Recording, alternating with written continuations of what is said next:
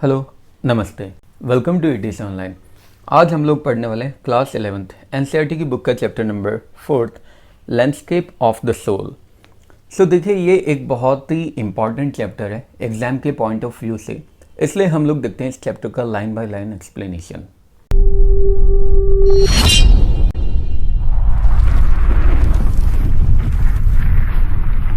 सो आइए स्टार्ट करते हैं चैप्टर का line by line explanation. A wonderful old tale is told about the painter Wu Daozi who lived in the 8th century। एक बहुत शानदार हमें पुरानी कहानी बताई जाती है एक पेंटर के बारे में। पेंटर का नाम था वू डाउजी, जो कि 8th सेंचुरी में रहता था। His last painting was a landscape commissioned by the Tang Emperor Xuanzong to decorate a palace wall। Palace मतलब होता है महल। उसकी लास्ट पेंटिंग एक लैंडस्केप था जिसे बनाने का काम उसे टैंग एम्परर ज़ुआनज़ोंग ने दिया था अपने पैलेस की वॉल को सजाने के लिए, अपने महल की दीवार को सजाने के लिए। टैंग एम्परर ज़ुआनज़ोंग जो थे, उन्होंने उस पेंटर को एक पेंटिंग बनाने का काम दिया था। कमीशन मतलब होता है काम देना। The master had hidden his work behind the screen so only the emperor would see it. और जो मास्टर था, इसने अपनी पेंटिंग को, अपने काम को एक स्क्रीन के पीछे छुपा रखा था ताकि सिर्फ एम्परर ही इसे देख सके। For a long while the emperor admired, admire मतलब होता है तारीफ करना, the wonderful scene discovering forest, high mountains, waterfalls, clouds floating, floating मतलब होता है तैरना, in an immense sky, immense मतलब होता है बहुत बड़ा, man on hilly paths, birds in flight. अब काफ़ी लंबे समय तक जो एम्परर है वो उस पेंटिंग की तारीफ करता जाता है, उस पेंटिंग में बनाए हुए वंडरफुल सीन्स की, शानदार सीन्स की तारीफ करता जाता है, जिसमें वो क्या क्या देखता है, फॉरेस्ट देखता है, जंगल देखता है, ऊंचे ऊंचे पहाड़ देखता है, वाटरफॉल्स देखता है, और बहुत बड़े आसमान में तैरते हुए बादलों को देखता है, और कई सारे मैन को देखता है जो हिली रास्तों पे चल रहे होते हैं, यानी पहाड़ वाले रास्तों पे चल रहे होते हैं, और ऊपर आसमान में उड़ते हुए बर्ड्स की फ्लाइट को देखता है, यानी बर्ड्स को उड़ते हुए देखता है। Look sire said the painter, in this cave, cave मतलब होता है गुफा, at the foot of the mountain dwells a spirit, dwells मतलब होता है निवास करना या फिर रहना, स्पिरिट मतलब आत्मा। सो पेंटर बोलता है, देखिए महाराज, सायर मतलब होता है महाराज, देखिए किंग, देखिए महाराज, इस केव में, ये जो केव आपको दिखाई दे रही है, इस माउंटेन के एकदम नीचे जो केव आपको दिखाई दे रही है, इसमें एक आत्मा रहती है। The painter clapped his hands and the entrance of the cave opened. अब पेंटर क्या करता है, अपने दोनों हाथों से ताली बजाता है और उस केव का जो एंट्रेंस होता है वो खुल जाता है। जैसे अली बाबा 40 चोर में होता था, बोलता था खुल जा सिम सिम, बिल्कुल वैसे यहाँ पे ताली बजाते ही उस केव का दरवाज़ा खुल जाता है। द इनसाइड स्प्लेंडेड, स्प्लेंडेड मतलब होता है बहुत शानदार, beyond anything words can convey. अब गुफा के अंदर का जो नज़ारा होता है यार, ये तो बहुत ही शानदार होता है, इतना शानदार होता है कि वर्ड्स में तो इसे हम बता ही नहीं सकते, शब्दों में तो इसे बयान ही नहीं किया जा सकता। Please let me show your majesty the way. The painter entered the cave but the entrance closed behind him and before the astonished, astonished मतलब होता है आश्चर्यचकित, सरप्राइज्ड, एम्परर कुड मूव और अटर अ वर्ड, अटर मतलब होता है उच्चारण करना या फिर बोलना। The painting had vanished, vanished मतलब होता है गायब हो जाना, फ्रॉम द वॉल। अब उसके बाद क्या करता है ये जो पेंटर होता है, ये अपने दोनों हाथों से यार ताली बजाता है और उस गुफा का दरवाज़ा खुल जाता है। अंदर का नज़ारा हमें बहुत ही शानदार दिखाई देता है, इतना अच्छा होता है कि वर्ड्स ही नहीं बने यार उसको एक्सप्लेन करने के लिए। सो वो बोलता है, पेंटर बोलता है, चलो मैं अपने महाराज को रास्ता दिखाता हूँ, और जो पेंटर होता है वो उस केव के अंदर एंटर कर जाता है।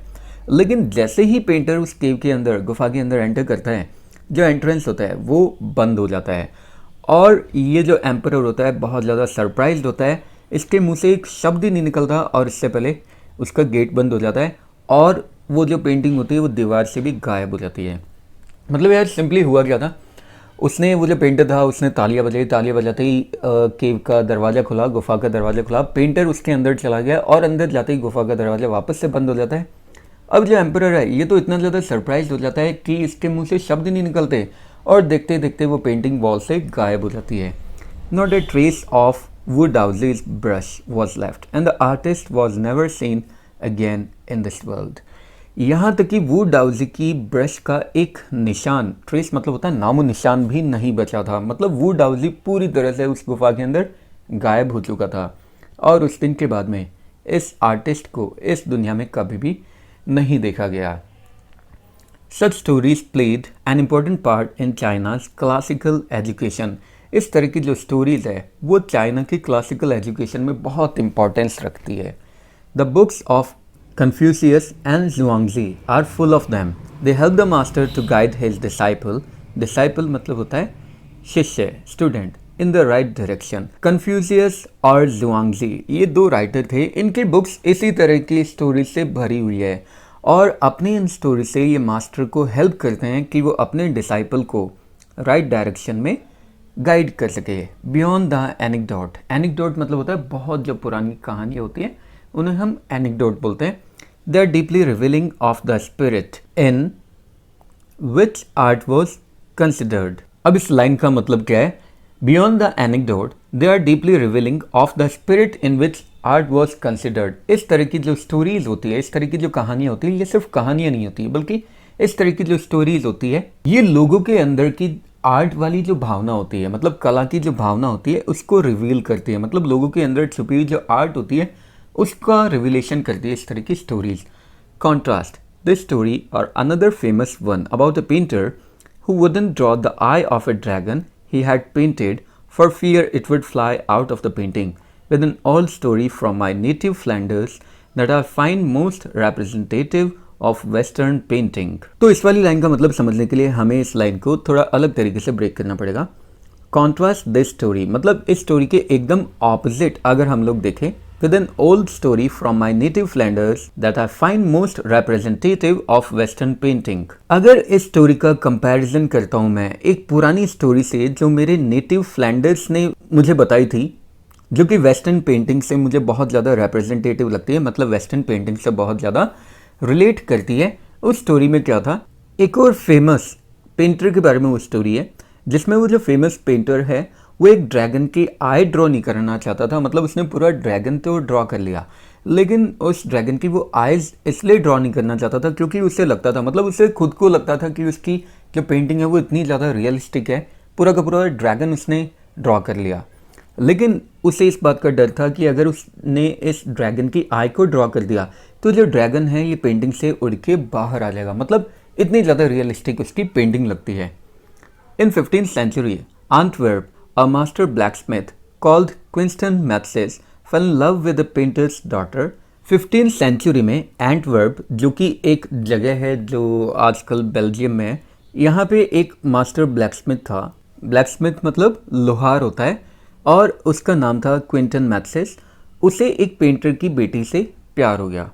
The father would not accept a son in law in such a profession, लेकिन जो फादर थे वो इसके लिए राजी नहीं हुए क्योंकि फादर इस अपना दामाद अपने सन इन लॉ को इस तरह के प्रोफेशन में नहीं चाहते थे कि वो लोहार हो।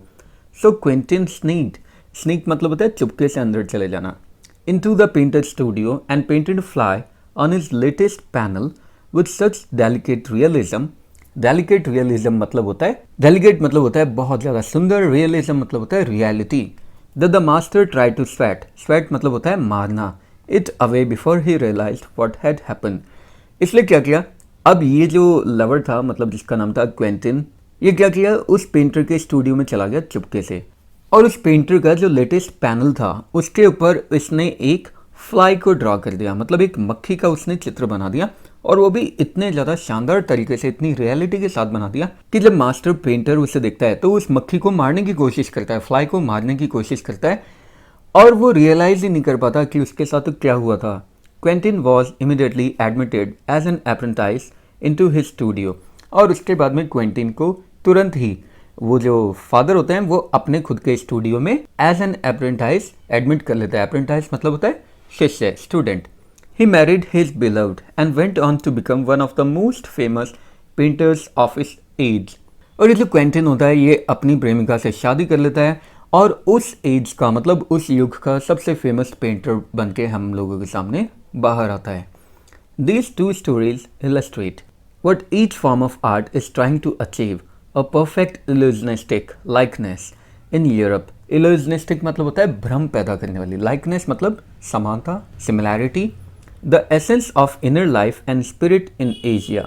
ये दोनों स्टोरीज, अभी जो दो स्टोरीज बताई गई है, एक में जिसमें वो पेंटर गायब हो जाता है उस केव के अंदर जाके, और दूसरा जिसमें वो एक फ्लाई को ड्रॉ कर देता है, ये जो दोनों स्टोरीज हैं ये हम लोगों को इलस्ट्रेट करती है, मतलब ये बताती है कि जो आर्ट है वो क्या बताने की, क्या अचीव करने की कोशिश कर रही है, मतलब जो कला है वो क्या अचीव करने की कोशिश कर रही है, हमें इन दोनों स्टोरीज से बताया जाता है। और वो कैसे बताया जाता है? A perfect illusionistic likeness in Europe, कि यूरोप में तो जो आर्ट है वो एक परफेक्ट इल्यूजनिस्टिक लाइकनेस को अचीव करने की कोशिश कर रही है, मतलब एक भ्रम पैदा करने वाली सिमिलैरिटी को अचीव करने की कोशिश कर रही है। और एशिया में the essence of inner life and spirit, और एशिया में क्या कर रही है? हमारी इनर लाइफ और स्पिरिट का एसेंस बता रही है, मतलब हम लोगों की जो आंतरिक लाइफ है, आंतरिक जीवन है, या हम लोगों की जिस तरह की भी फीलिंग है उसका एसेंस बताने की ये दोनों स्टोरीज हम लोगों को ट्राई कर रही है। In the Chinese stories the emperor commissions मतलब होता है काम दे देना, a painting and appreciates its outer appearance but the artist reveals मतलब होता है खुलासा करना, to him the true meaning of his work. Chinese story में जो एम्परर था उसने क्या किया? एक पेंटिंग बनाने का काम दे दिया किसी भी पेंटर को, और उसके बाद में बस उस पेंटिंग की आउटर अपीयरेंस को ही वो अप्रिशिएट कर रहा था, मतलब वो पेंटिंग दिखने में कैसी थी सिर्फ उसी को वो अप्रिशिएट कर रहा था। लेकिन उसके बाद में आर्टिस्ट आता है और वो बताता है कि उसके काम की ट्रू मीनिंग क्या थी, मतलब उसके काम में सच्चाई क्या थी। क्या बताया था हमें उस पेंटिंग में? भाई जो एम्परर आता है वो तो उस पेंटिंग को बाहर से देखता है और उसे एडमायर करने लग जाता है और उसकी तारीफ करने लग जाता है, लेकिन फिर बाद में पेंटर आता है और वो बताता है कि इसके हम लोग अंदर भी जा सकते हैं पेंटिंग में। The emperor may rule over the territory he has conquered मतलब होता है जीतना, but only the artist knows the way within. जो एम्परर होता है वो किसी भी टेरिटरी पे ही रूल कर सकता है, उस टेरिटरी पे जिस पे उसने विजय प्राप्त की है, जिस टेरिटरी को उसने कॉन्कर किया है। लेकिन जो आर्टिस्ट होता है वो उसके अंदर जाने का रास्ता भी जानता है। मतलब यहाँ पे सिंपल बात हम लोगों को बताई गई कि जो एम्परर होता है वो सिर्फ रूल करना जानता है, लेकिन जो आर्टिस्ट होता है वो अंदर के भी सारे रास्ते जानता है, मतलब किस तरीके से रूल करना है या किस तरीके से किसी भी काम को परफेक्टली करना है। Let me show the way, the Tao, a word that means both the path or the method and the mysterious works of the universe। अब वो बताता है ना, दाओ बोलता है एम्परर को, let me show the way, चलो मैं आपको रास्ता दिखाता हूँ। तो इसका मतलब क्या था? चाइनीज में जिसे दाओ बोला जाता है, ये एक वो वर्ड है जो दोनों के लिए यूज किया जाता है, बोथ द पाथ और द मेथड, पाथ के लिए रास्ता दिखाने के लिए और उस रास्ते का तरीका दिखाने के लिए, and the mysterious works of the universe, और इस यूनिवर्स के जितने भी मिस्टीरियस वर्क्स है, मतलब इस ब्रह्मांड में जितने भी रहस्यमयी काम है उन सबको दिखाने का या उन सबका रास्ता दिखाने का जो तरीका है उसे हम दाओ बोलते हैं चाइनीज में। The painting is gone but the artist has reached his goal beyond any material appearance. Painting तो जा चुकी थी लेकिन जो आर्टिस्ट है वो अपने गोल पे पहुंच चुका था, वो अपनी मंजिल पे पहुंच चुका था, वो अपनी मंजिल पे जा चुका था। और वो मंजिल उसकी क्या थी? किसी भी मटेरियल अपीयरेंस से बहुत आगे, यानी इस भौतिक दुनिया से बहुत आगे, मटेरियल वर्ल्ड से बहुत आगे वो जा चुका था। A classical Chinese landscape is not meant to reproduce any actual view as would a western figurative painting. एक क्लासिकल चाइनीज लैंडस्केप का मतलब किसी भी एक्चुअल व्यू को रिप्रोड्यूस करना नहीं होता, मतलब किसी भी एक्चुअल व्यू को दिखाना नहीं होता, जैसा कि वेस्टर्न फिगरेटिव पेंटिंग में किया जाता है, मतलब जैसा कि वेस्टर्न पेंटिंग्स में किया जाता है जो अलग अलग फिगर्स की बनाई जाती है, अलग अलग तस्वीर की बनाई जाती है। Whereas the European painter wants you to borrow his eyes and look at a particular landscape exactly as he saw it from a specific angle। जबकि दूसरी तरफ जो यूरोपियन पेंटर होता है वो चाहता है कि आप उसकी खुद की आंखें बोरो कर लें, मतलब उधार ले लें, और एक पर्टिकुलर लैंडस्केप को देखें बिल्कुल उस तरीके से जैसे वो खुद देखता है, एक स्पेसिफिक एंगल से। मतलब एक यूरोपियन पेंटर तो बिल्कुल वो चाहता है कि यार आप उसकी आंखें उधार ले लें, मतलब जो कुछ वो पेंटिंग में, जो कुछ बारीक चीज़ें वो पेंटिंग में दिख रहा है वो सारी बारीक चीज़ें आप लोगों को दिखाई दे, बिल्कुल उसी एंगल से जिस एंगल से वो पर्टिकुलर पेंटर अपनी पेंटिंग को देख रहा है। दूसरी तरफ the Chinese painter does not choose a single view point, लेकिन जो चाइनीज पेंटर होते हैं ये सिंगल व्यू पॉइंट को कभी भी चूज नहीं करते हैं। His landscape is not a real one and you can enter it from any point. उसकी जो लैंडस्केप होती है वो रियल वन नहीं होती, मतलब अगर कोई चाइनीज़ किसी लैंडस्केप को ड्रॉ करता है तो उसकी लैंडस्केप, उसकी ज़मीन रियल नहीं होती है और आप इस ज़मीन पे किसी भी पॉइंट से एंटर कर सकते हो। Then travel in it, enter करने के बाद उस पूरी की पूरी पेंटिंग में आप कहीं से भी ट्रैवल कर सकते हो। मतलब वो जो पेंटिंग्स बनाता है वो पेंटिंग्स रियल नहीं होती है, रियल लैंडस्केप की पेंटिंग वो नहीं होती है। उसमें आप अपनी इमेजिनेशन से कहीं से भी एंटर कर सकते हो, अपनी इमेजिनेशन से कुछ भी आप देख सकते हो। फॉर एग्जाम्पल जैसे मान लेते हैं कि उसने अपनी पेंटिंग में, जैसे एग्जाम्पल के लिए, ये दो गोले बना दिए। अब यार इसमें हम लोग ये मान सकते हैं कि ये किसी की आंखें बनाई है, हम लोग मान सकते हैं कि भाई ये दो प्लैनेट्स बनाए, यूनिवर्स में दो प्लैनेट्स बनाए, या फिर हम लोग मान सकते हैं कि ये उसने दो लड्डू बनाए। मतलब कुछ भी बना सकते हैं यार, उसकी पेंटिंग में हम लोग कुछ भी इमेजिन कर सकते हैं। The artist creates a path for your eyes to travel up and down then back again in a leisurely movement. Leisurely मतलब होता है एकदम खाली समय में, मतलब आराम से। जो आर्टिस्ट होता है वो एक पाथ क्रिएट करता है आपकी आइज के लिए, आपकी आंखों के लिए एक रास्ता बनाता है जिससे आपकी आंखें उस रास्ते में अप एंड डाउन जा सके, ऊपर नीचे जा सके, फिर वापस पीछे आ सके, और वो भी एकदम आराम से मूवमेंट करने में। This is even more true in the case of the horizontal scroll in which the action of slowly opening one section of the painting then rolling it up to move on the other adds a dimension of time which is unknown in any other form of painting। अब ये जो painting है ये horizontal scroll में भी उतनी ही सही लगती है। हॉरिजॉन्टल स्क्रॉल मतलब भाई ज़रूरी थोड़ी है कि हम लोग किसी भी पेंटिंग को लेफ़्ट से राइट देखें, हम लोग पेंटिंग को हॉरिजॉन्टली भी तो देख सकते हैं। मतलब नीचे से हम लोग ऊपर की तरफ देख रहे हैं या फिर ऊपर से हम लोग नीचे की तरफ देख रहे हैं, तो मतलब हम उस पेंटिंग को हॉरिजॉन्टली स्क्रॉल करके भी देख सकते हैं, नीचे से ऊपर या ऊपर से नीचे भी देख सकते हैं, जिसमें in which the action of slowly opening one section of the painting then rolling it up to move on to the other. जिसमें हम लोग क्या करते हैं, पहले पेंटिंग के एक सेक्शन को देखते हैं, जैसे ऊपर वाले या नीचे वाले सेक्शन को देख रहे हैं। उसके बाद में जैसे जैसे हम लोग अपनी आंखों को ऊपर मूव करते जा रहे हैं, हम लोग के सामने पेंटिंग का जो दूसरा पहलू है वो खुलता जाता है। Adds a dimension of time which is unknown in any other form of painting. और जैसे जैसे हम लोग पेंटिंग को देखते जाते हैं तो हमारे सामने टाइम का डायमेंशन भी ऐड होता जाता है, जो कि दूसरी फॉर्म ऑफ पेंटिंग में पता नहीं होता है। मतलब हम लोग उस पेंटिंग को देखकर टाइम के दूसरे डायमेंशन में भी पहुंच सकते हैं। हो सकता है कि वो पेंटिंग आगे आने वाले फ्यूचर के बारे में बता रही हो सकता है वो पेंटिंग हमें पास्ट के बारे में बता रही हो, या फिर हमें प्रेजेंट के बारे में बता रही हो। It also requires the active participation of the viewer who decides at what pace, pace मतलब होता है speed, he will travel through the painting, a participation which is physical as well as mental। और उस painting को देखने के लिए, observe करने के लिए व्यूवर का भी एक्टिव पार्टिसिपेशन बहुत ज़्यादा ज़रूरी होता है। व्यूवर का एक्टिव पार्टिसिपेशन जिसमें वो डिसाइड करता है कि किस पेस से, किस स्पीड से वो उस पेंटिंग में ट्रैवल करेगा, मतलब किस स्पीड से वो उस पेंटिंग को देखेगा। ये एक ऐसा पार्टिसिपेशन होना चाहिए जो फिजिकल भी हो, साथ ही साथ मेंटल भी हो। मतलब ये एक ऐसा पार्टिसिपेशन होना चाहिए जिसमें हम लोग उस पेंटिंग को देख भी रहे हैं, साथ ही साथ उस पेंटिंग को हम लोग समझ भी रहे हैं। The Chinese painter does not want you to borrow his eyes, he wants you to enter his mind. Chinese painter कभी भी ये नहीं चाहता है कि आप उसकी आइज को बोरो करें, मतलब कभी भी वो नहीं चाहता है कि आप उसकी पेंटिंग को सिर्फ देख कर एडमायर करें। इनफैक्ट वो क्या चाहता है, he wants you to enter his mind, वो चाहता है कि आप उसके माइंड में एंटर करें। मतलब उसने उस पेंटिंग को जिस भी एस्पेक्ट से बनाया था वो एस्पेक्ट आप लोग भी सोचें। जो कुछ भी उसने उस पेंटिंग में ड्रॉ किया है, जितने भी मिस्टीरियस फिगर्स या जो कुछ भी मिस्टीरियस चीज़ें उसने उस पेंटिंग में ड्रॉ की है, वो सारी चीज़ें आप उस पेंटिंग में ढूंढें। The landscape is an inner one, a spiritual and conceptual space. Chinese painter अपनी पेंटिंग में जिस भी लैंडस्केप को ड्रॉ करता है वो लैंडस्केप उसका इंटरनल होता है, मतलब अंदरूनी लैंडस्केप होता है, जिसमें वो स्पिरिचुअल और कॉन्सेप्चुअल दोनों स्पेस को बताता है। मतलब जो चाइनीज़ पेंटर अपने लैंडस्केप में जो कुछ भी ड्रॉ करता है वो वास्तव में उसके अंदर की भावनाएं होती है, अंदर की फीलिंग्स होती है, जो स्पिरिचुअल भी हो सकती है, साथ ही साथ कॉन्सेप्चुअल भी हो सकती है। This concept is expressed as shanshui, literally mountain water which use together represent the word landscape.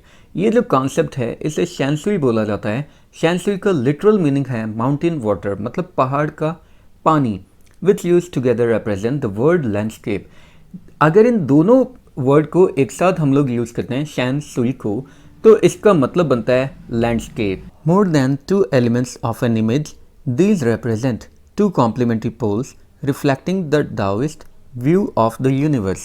ये जो वर्ड है सेंसुरी, ये दो एक इमेज के दो एलिमेंट्स को रिप्रेजेंट करने के अलावा इनफैक्ट ये क्या करता है, दाओ का जो देखने का नज़रिया है यूनिवर्स को उसे रिप्रेजेंट करता है। मतलब डाओइस्ट नज़रिया हमें, डाओइस्ट व्यू हमें प्रोवाइड करवाता है वो यूनिवर्स को किस तरीके से दिखता था, कैसे दिखता था। देखिए यहाँ पे बताया गया, the mountain is Yang, reaching vertically towards heaven, stable, warm and dry in the sun, while the water is yin, horizontal and resting on the earth, fluid, moist and cool। अब यहाँ पे किस तरीके से बताया गया यूनिवर्स को, किस तरीके से दाओ देखा करता था। माउंटेन को यांग बोला गया है जो कि वर्टिकली मतलब होता है एकदम सीधा खड़ा हुआ है इस तरीके से ऊपर की तरफ। तो माउंटेन को यांग बोला गया है जो कि वर्टिकली हेवन तक पहुंच रहा है, एकदम स्टेबल है मतलब अपनी जगह से हिलता भी नहीं है, वार्म है, गर्म भी होता है और सन में ड्राई भी हो जाता है। मतलब जब सूरज की किरणें उस पर पड़ती है तो वो एकदम सूखा हमें माउंटेन दिखाई पड़ता है। जबकि जब वाटर है उसे यिन बोला गया है जो कि हॉरिजॉन्टल है, मतलब इस तरीके से लेटा हुआ, और वो धरती के ऊपर रेस्टिंग पोजीशन पे है। मतलब जब हम लोग रेस्ट करते हैं तभी तो हम लोग लेटते हैं, तो वो रेस्टिंग पोजीशन में। फ्लूइड है मतलब एकदम माउंटेन के ऑपोजिट है, माउंटेन जहाँ पे दूसरी तरफ सॉलिड है वहीं पे ये लिक्विड है। मॉइस्ट है मतलब एकदम नम है और साथ ही साथ ठंडा भी है, जबकि जो माउंटेन है वो बहुत ज़्यादा गर्म है। The interaction of yin, the receptive feminine aspect of universal energy and it's counterpart मतलब होता है एकदम opposite, Yang, active and masculine, is of course a fundamental notion of Taoism। अब यिन का इंटरेक्शन यहाँ पे कैसे किया गया है, यिन को रिसेप्टिव बताया गया है। रिसेप्टिव मतलब जो रिसीव करता है, इसे एक फेमिनाइन एस्पेक्ट बताया गया है, मतलब इसे फीमेल जेंडर से बिलोंग करता हुआ बताया गया है। और ये रिसेप्टर है यूनिवर्सल एनर्जी का, मतलब यूनिवर्सल एनर्जी को ये रिसीव करता है, यानी वाटर जो होता है वो यूनिवर्सल एनर्जी को रिसीव करता है। और इसके एकदम ऑपोजिट मतलब मेल पार्ट किससे बताया गया है, यांग को बताया गया है जो एकदम एक्टिव है और मैस्कुलाइन है मतलब मेल के जैसा है। Is of course a fundamental notion of Daoism. और इस तरीके से जो दाओ है वो हमारे यूनिवर्स को देखा करता था। ये दाओइज्म का फंडामेंटल नोशन है, मतलब एकदम बेसिक आधार है या बेसिक विचार है। What is often overlooked it is an essential third element, the middle void. Void मतलब होता है एकदम खाली space, where their interaction takes place. लेकिन इन दोनों को तो हमने देख लिया, लेकिन जिसे अनदेखा किया जाता है वो थर्ड एलिमेंट है, वो तीसरा एलिमेंट है इन दोनों के बीच की जो खाली जगह है। This can be compared with yogic practice of pranayama. और इसका कंपैरिजन हम कर सकते हैं प्राणायाम में हम जो योगिक प्रैक्टिस करते हैं, प्राणायाम में हम जो योग की प्रैक्टिस करते हैं उसमें हम लोग क्या करते हैं, breathe in, retain, breathe out. हम लोग अंदर सांस लेते हैं, थोड़ी देर के लिए उसे रोकते हैं और फिर ब्रीद आउट कर देते हैं, मतलब सांस हम लोग बाहर छोड़ देते हैं। The suspension of breathe is the void फिर मेडिटेशन अकर्स। हम लोगों ने अंदर सांस ली, थोड़ी देर उसे रोका, फिर बाद में हमने सांस बाहर छोड़ दी, यानी हम लोग दो एक्शन कर रहे हैं, सांस हमने ली और सांस बाहर छोड़ दी। लेकिन अंदर रोकने का उसे जो प्रोसेस है ये वो खाली जगह है जहाँ पे मेडिटेशन होता है। The middle void is essential. और ये जो खाली जगह है मतलब जहाँ पे हम लोग सांस को रोक रहे हैं ये ज़रूरी है। Nothing can happen without it, इसके बिना कुछ भी नहीं हो सकता। Hence the importance of the white unpainted space in Chinese landscape. और इसीलिए चाइनीज़ लैंडस्केप में हमेशा एक वाइट और अनपेंटेड स्पेस होता है, उसकी इंपॉर्टेंस अब हमें पता चल गई। तो देखिए यहाँ पे बताया गया कि जो माउंटेन होता है और माउंटेन के साथ में जो पानी बह रहा होता है, इन दोनों के बीच में जो खाली जगह है इसे हम लोग इग्नोर कर देते हैं, लेकिन ये भी इक्वली इंपॉर्टेंट होती है। वो क्या होती है, लैंडस्केप होता है और ज़मीन का भाग होता है, माउंटेन और फिर पानी, इन दोनों के बीच में ज़मीन का कुछ भाग होता है। बिल्कुल वैसे जैसे हम प्राणायाम से कंपेयर कर सकते हैं। प्राणायाम जिसमें हम लोग सांस अंदर लेते हैं, सांस बाहर छोड़ते हैं, ये दो एक्शन हो गए। इन दोनों एक्शंस के बीच में हम लोग क्या करते हैं, सांस अंदर लेते हैं, उसे थोड़ी देर रोकते हैं। तो यहाँ पे रोकने का काम, इसमें तो हमने कोई काम नहीं किया ना यार, फिर हमने सांस को बाहर छोड़ा। तो ये जो खाली जगह थी, मतलब जब हमने सांस अंदर रोकी, ये सबसे ज़्यादा इम्पॉर्टेंट थी।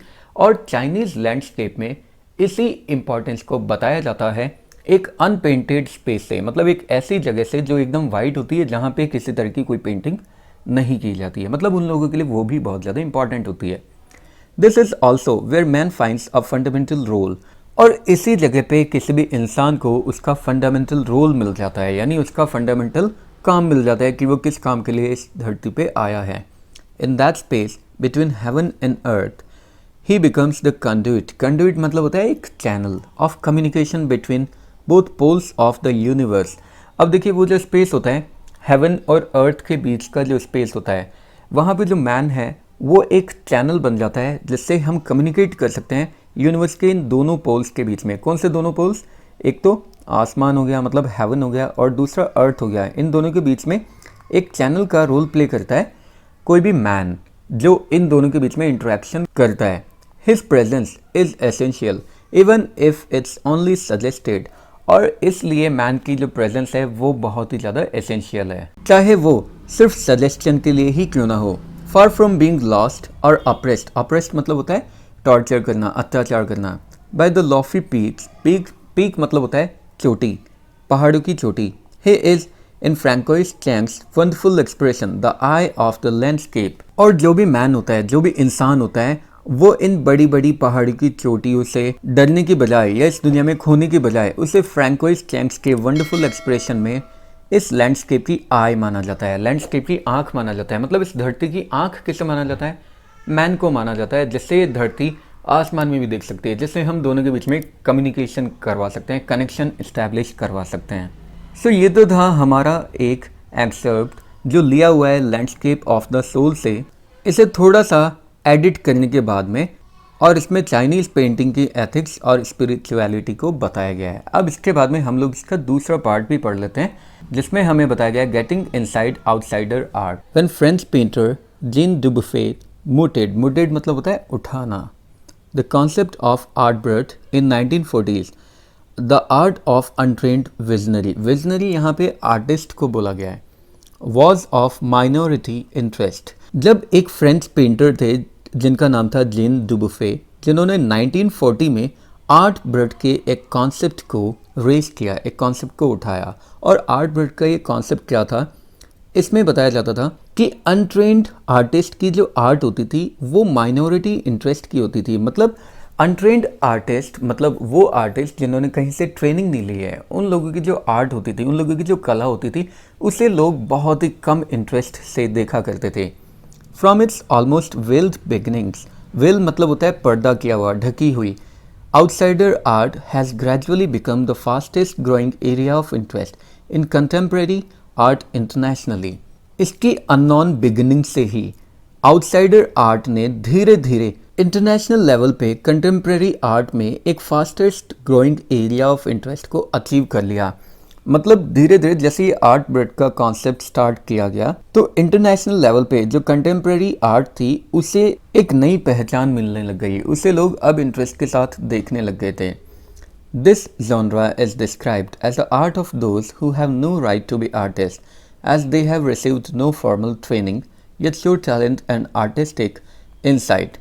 अब इस genre में, genre मतलब बोला जाता है किसी भी शैली को, तो इस genre में बताया जाता था, इस शैली में बताया जाता था उन लोगों की आर्ट को, उन लोगों की कला को जिन लोगों को कोई भी राइट नहीं था आर्टिस्ट बनने का, क्योंकि उन लोगों ने कोई फॉर्मल ट्रेनिंग नहीं ली थी, लेकिन फिर भी वो अपना टैलेंट दिखाया करते थे और अपनी आर्टिस्टिक कला को दिखाया करते थे। मतलब ये बताया जाता था कि बहुत सारे लोग ऐसे थे जिन्होंने आर्टिस्ट बनने की किसी तरह की कोई फॉर्मल ट्रेनिंग नहीं ली थी, लेकिन फिर भी वो अपना आर्ट वाला टैलेंट शो किया करते थे। Their works are a stimulating contrast to a lot of mainstream offerings. उनका जो वर्क था वो एक इंटरेस्टिंग कॉन्ट्रास्ट था बहुत सारे ऐसे लोगों के लिए जो कि वास्तव में इसी मेन स्ट्रीम में थे। मतलब वो लोग जिस तरह की आर्ट बनाया करते थे, जिस तरह की कला का प्रदर्शन वो लोग किया करते थे, वो उनकी जो आर्ट होती थी, काफ़ी सारे बहुत बड़े बड़े जो आर्टिस्ट होते थे उनसे भी बहुत शानदार उनकी आर्ट हुआ करती थी। Around the time Dubuffet was propounding his concept in India, an untutored genius was creating paradise. और जिस समय दुबुफे अपने कॉन्सेप्ट पूरी दुनिया में फैला रहे थे, उसी समय इंडिया में एक अनट्यूटर्ड जीनियस था। अनट्यूटर्ड मतलब जिसने कहीं से भी ट्रेनिंग नहीं ली थी, कहीं से ट्यूशन नहीं लिया था, वो जीनियस था, वो इंडिया में एक पैराडाइज क्रिएट करा था। पैराडाइज हेवन को बोला जाता है। Years ago, the little patch of jungle that he began clearing to make himself a garden, sculpted with stone and Recycled material is known to the world today as the Rock Garden at Chandigarh. अब ये जो artist था यार, ये क्या कर रहा था? काफ़ी साल पहले उसने क्या किया, जंगल का जो पैच था, मतलब बहुत बड़ा जो जंगल था, उसको उसने क्लियर करना स्टार्ट किया, उसने साफ करना स्टार्ट किया। वो अपने लिए गार्डन बनाना चाहता था, पत्थरों से एक गार्डन बनाना चाहता था और रिसाइकिल किए हुए मटेरियल से एक गार्डन बनाना चाहता था। और उस गार्डन को आज पूरी दुनिया चंडीगढ़ के रॉक गार्डन के नाम से जानती है। और देखिए यहाँ पे उसकी इमेज भी बताई गई है। A rock garden sculpture made of broken bangles by Nekchand. Nekchand ने बनाया था, टूटी हुई चूड़ियों से बनाया था यार, रॉक गार्डन का स्कल्पचर बनाया था। तो मतलब जिस समय पूरी दुनिया में डुबुफे अपने इस कॉन्सेप्ट को फैला रहा था, उसी समय हमारे यहाँ पे भी, इंडिया में भी, चंडीगढ़ में रॉक गार्डन को बनाया जा रहा था। It's 80-year-old creator, director Nek Chand is now hailed as India's biggest contributor to outsider art। इस रॉक गार्डन के जो ओल्ड क्रिएटर या डायरेक्टर थे जिनका नाम नेकचंद था, उन्हें आज इंडिया के बहुत बड़े आउटसाइडर आर्ट के कंट्रीब्यूटर के नाम से जाना जाता है। कंट्रीब्यूटर के नाम में उनका नाम दर्ज है। The 50th issue spring 2005 of Raw Vision, a UK based magazine, pioneer मतलब होता है स्टार्ट करने वाली, in outsider art publications features Neekchand and his rock garden sculpture Women by the Waterfall on its anniversary issues cover। एक UK based magazine थी जिसका नाम था रॉ विजन। उसने अपने 50th इशू में, यानी 50th टाइम में अपनी जो मैगजीन वो इशू करी थी स्प्रिंग 2005 में, जो कि आउटसाइडर आर्ट पब्लिकेशंस को छापा करती थी। उसने नेकचंद को फीचर किया था, मतलब उसने नेकचंद के बारे में भी बताया था और उसके रॉक गार्डन स्कल्पचर के बारे में भी बताया था एक टाइटल देकर, और वो टाइटल था वुमेन बाय द वाटरफॉल। और उसको अपने एनिवर्सरी के इशू कवर के ऊपर छापा था, मतलब एनिवर्सरी मतलब पूरे साल का जो इशू कवर था उसके ऊपर उसे प्रिंट किया था।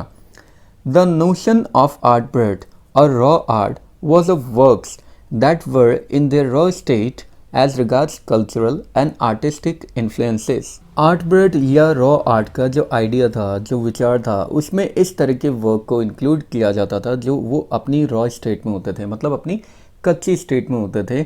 चाहे वो किसी भी तरह का वर्क हो, कल्चरल हो या फिर उसमें आर्टिस्टिक इन्फ्लुएंस हो, मतलब वो किसी भी तरह का वर्क हो, किसी तरह का सांस्कृतिक काम हो सकता है या किसी तरह का कलात्मक काम हो सकता है जो एकदम अपनी रॉ स्टेट में, यानी एकदम अपनी स्टार्टिंग फेज में है। Anything and everything from a tin to a sink to a broken down car could be material for a work of art, something Neekchand has taken to dizzying heights। Dizzying मतलब होता है चक्कर दिलाने वाली। अब इस आर्ट ब्रेड में कुछ भी इंक्लूड किया जा सकता था, कोई भी चीज़ या हर एक चीज़, चाहे एक लोहे के डब्बे से लेकर एक सिंक तक या फिर एक टूटी हुई कोई कार हो सकती थी। ये कोई भी चीज़ आर्ट का वर्क बन सकती थी, यानी कला का सामान बन सकती थी। और यही एक ऐसी आर्ट थी जिसे नेकचंद इतनी हाइट तक लेकर गया था जिसे देखने से चक्कर आ जाते हैं, मतलब बहुत ज़्यादा ऊंचाइयों तक लेकर गया था। रिकग्नाइजिंग मतलब होता है पहचानना। His art as an outstanding testimony of the difference a single man can make when he lives his dream, the Swiss commission for UNESCO will be honouring him by way of a European exposition of his works. Nekchand की ये जो art थी इसको recognition मिला था, मतलब इसको पहचान मिली थी। क्या पहचान मिली थी? An outstanding testimony of the difference a single man can make when he lives his dream. कि कोई भी सिंगल मैन, कोई भी इंसान जब अपने सपने को जीता है, मतलब जब अपने सपने को पूरा करता है, तो वो एक आउटस्टैंडिंग टेस्टिमनी सेट कर सकता है लोगों के लिए। मतलब एक आउटस्टैंडिंग टेस्टिमनी मतलब होता है प्रमाण सेट कर सकता है, एग्जाम्पल सेट कर सकता है लोगों के लिए, अगर वो अपने सपने को पूरे जी जान से पूरा करे तो इस पे जो स्विस कमीशन फॉर यूनेस्को है वो नेकचंद का सम्मान करेगी, नेकचंद को अवार्ड करेगी bye way of a European exposition of his works, कि उसने अपने काम को एक यूरोपियन एक्सपोजिशन की तरह किया है। The 5-month interactive show री-एम of Nek Chand beginning October will be held at leading museums in Switzerland, Belgium, France and Italy. 5 महीने तक चलने वाला ये जो इंटरेक्टिव शो है जिसका नाम है री-एम ऑफ नेकचंद। री-एम मतलब होता है राज्य या फिर एरिया, नेकचंद का राज्य। जिस शो का नाम है री-एम ऑफ नेकचंद, जो कि अक्टूबर में स्टार्ट होगा और ये स्विट्ज़रलैंड, बेल्जियम, फ्रांस और इटली के बहुत बड़े बड़े म्यूजियम्स में चलेगा। The biggest reward is walking through the garden and seeing people enjoy my creation, Nixon says. और इस पे निक्सन क्या बोलते हैं कि भाई मेरे लिए सबसे बड़ा जो रिवॉर्ड होगा वो क्या होगा कि लोग मेरे गार्डन में आए, लोग मेरे गार्डन में आके चलें और यहाँ पे मेरे क्रिएशन को देखें और उसे इंजॉय करें, ये मेरे लिए सबसे बड़ा रिवॉर्ड होगा, ऐसा निक्सन बोलते हैं।